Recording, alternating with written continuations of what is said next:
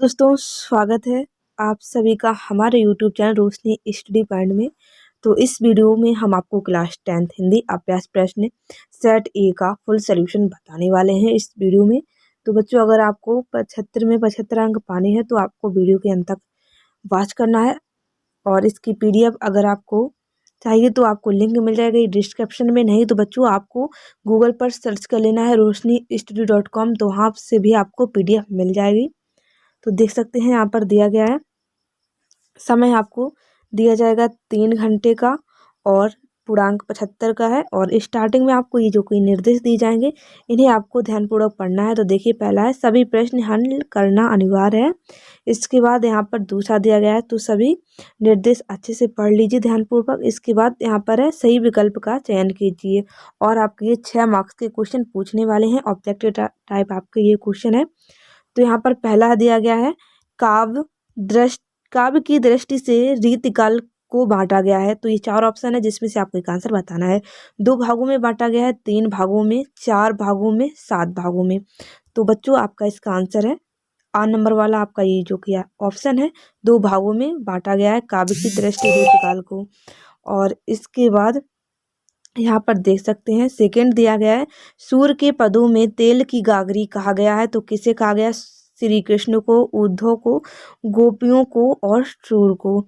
तो इसका आंसर है उद्धव को सूर्य के पदों तेल की गागरी कहा गया है।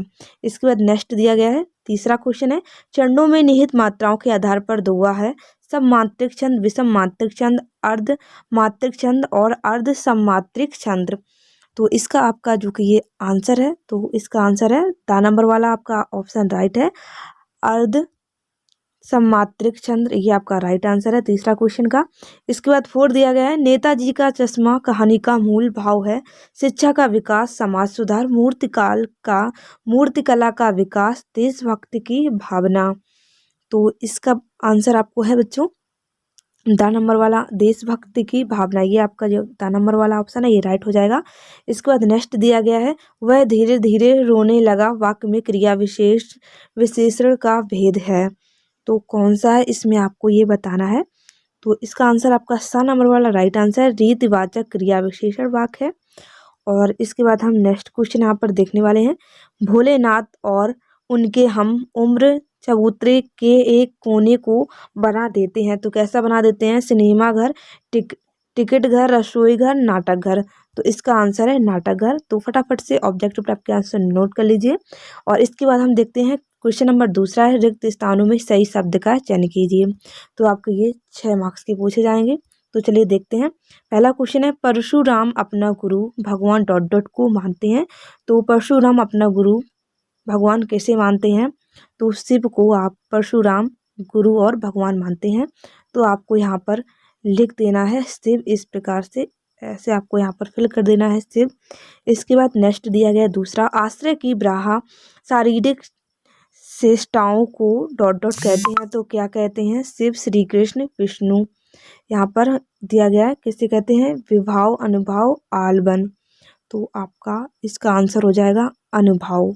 आपको यहाँ पर फिल कर देना है अनुभाव, इस प्रकार से ये यहाँ पर लिख देना है। और नेक्स्ट है विस्तृत कलेवर वाले वाक्य को कहते हैं। तो क्या कहते हैं? दृश्य काव्य, खंड काव्य, महाकाव्य। तो इसका आंसर हो जाएगा बच्चों महाकाव्य। आपको ये राइट आंसर है। यहाँ पर आपको लिख देना है महाकाव्य। ओके। इसके बाद हम यहाँ पर देखें नेक्स्ट बाल गोविंद भगत की प्रभातियाँ डॉट डॉट तक चलती थीं। तो कब तक चलती थीं? फाल्गुन मास तक चलती थी। आपको यहाँ पर देखिए लिखा हुआ है फाल्गुन मास, तो आपको यहाँ पर लिख देना है इस प्रकार से। और इसके बाद हम देखेंगे नेक्स्ट दिया गया डॉट डॉट वाक्य से किसी से क्रिया करने के या होने की सामान्य सूचना मिलती है। तो क्या मिलती है? आपको यहाँ पर कर देना है विधानवाचक। तो ये आपका ये दिखा रहा है फर्स्ट नंबर पे, तो यहाँ पर आपको कर देना है विधानवाचक।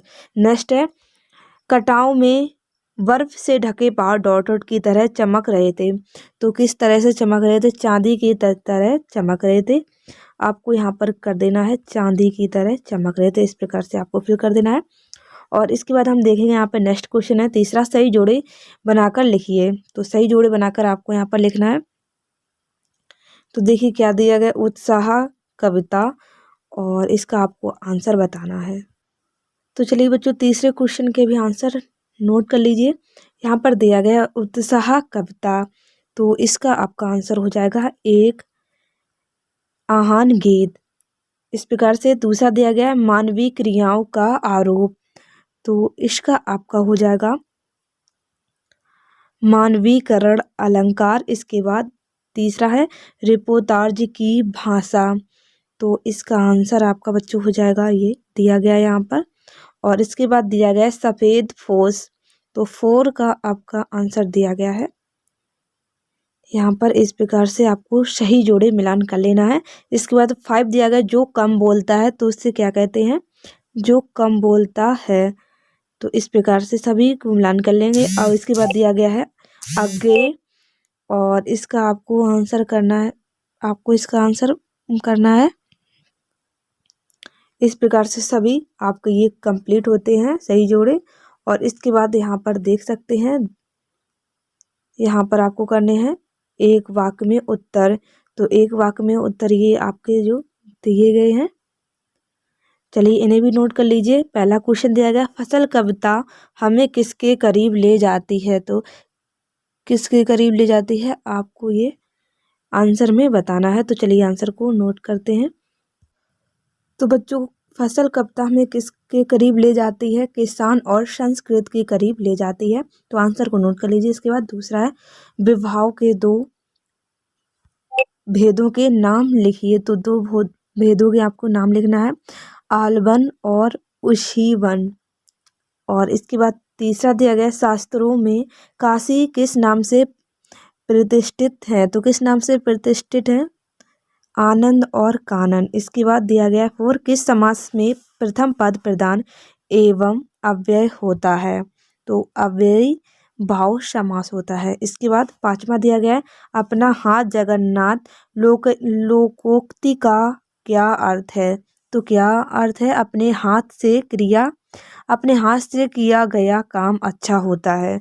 तो क्वेश्चन नंबर 5 का ये आपका आंसर है, अपने हाथ से किया गया काम अच्छा होता है, जो कि क्वेश्चन था। अपना हाथ जगन्नाथ लोकोक्तियों का अर्थ है, तो इसका अर्थ यही है, अपने हाथ से किया गया काम अच्छा होता है। इसके बाद क्वेश्चन नंबर 6वां है भोलेनाथ के पिता फूल के कटोरे में उसे क्या सान कर खिलाते हैं, तो क्या सान कर खिलाते हैं ये आपको बताना है। तो क्वेश्चन नंबर 6 का आंसर है भोलेनाथ के पिता फूल के कटोरे में गोरम और मान उसे खिलाते हैं। इसके बाद क्वेश्चन नंबर 5 से यहाँ पर देख सकते हैं दिया गया सत्य और असत्य, तो बच्चों आपको फटाफट से आंसर को नोट करना है। पहला दिया गया मुख्य गायक की आवाज़ भारी व गंभीर होती है, तो ये कैसा है, ये सत्य है या असत्य, तो ये आपका सत्य है। आपको इस प्रकार से यहाँ पर लिख लेना है, आपका ये फर्स्ट नंबर वाला सत्य है। और इसके बाद दूसरा है दोहा और चौपाई वार्णिक छंद है, तो ये कैसा है, ये है असत्य। दोहा और छंद वार्णिक छंद नहीं है, तो ये असत्य हो जाएगा। तीसरा है मानव संस्कृति एक अविभाज्य वस्तु है, तो ये है सत्य, आपको सत्य करना है। मानव संस्कृति एक अविभाज्य वस्तु है, तो ये सत्य हो जाएगा। नेक्स्ट है 2 वर्णों के मेल को संधि कहते हैं, तो ये आपका हो जाएगा सत्य। इसके बाद दिया गया है 5वां क्वेश्चन रंगीन पत्रिकाएं शांति और अहिंसा का प्रतीक है, तो ये हो जाएगा असत्य। इसके बाद क्वेश्चन नंबर दिया गया 6वां पढ़कर ही लेखक अभ्यंतर विविधता को पहचानता है, तो ये हो जाएगा आपका असत्य। इस प्रकार से आपका ये सही असत्य सत्य और असत्य आपके क्लियर होते हैं, तो आपको फटाफट से सभी आंसर नोट कर लेना है। इसके बाद बच्चों आपके जो ये दिए गए हैं 2 नंबर क्वेश्चन और 3 नंबर क्वेश्चन, तो आपको बहुत जल्द इनका भी सलूशन आपको प्रोवाइड कराया जाएगा। तो आप अभी इन क्वेश्चन को अच्छे से नोट कर लीजिए, हमने आपको आंसर बता दिए हैं। इस प्रकार से सेट ए का कंप्लीट होता है, और इसके बाद नेक्स्ट वीडियो में हम सेट बी का भी आपको फुल सोल्यूशन बताने वाले हैं। अगर आपने अभी तक हमारे चैनल को सब्सक्राइब नहीं किया हुआ है तो चैनल को जरूर सब्सक्राइब कर लें। तो बच्चों मिलते हैं नेक्स्ट वीडियो के साथ। वीडियो देखने के लिए धन्यवाद। और इसकी PDF के लिए आपको गूगल पर सर्च कर लेना है roshnistudio.com।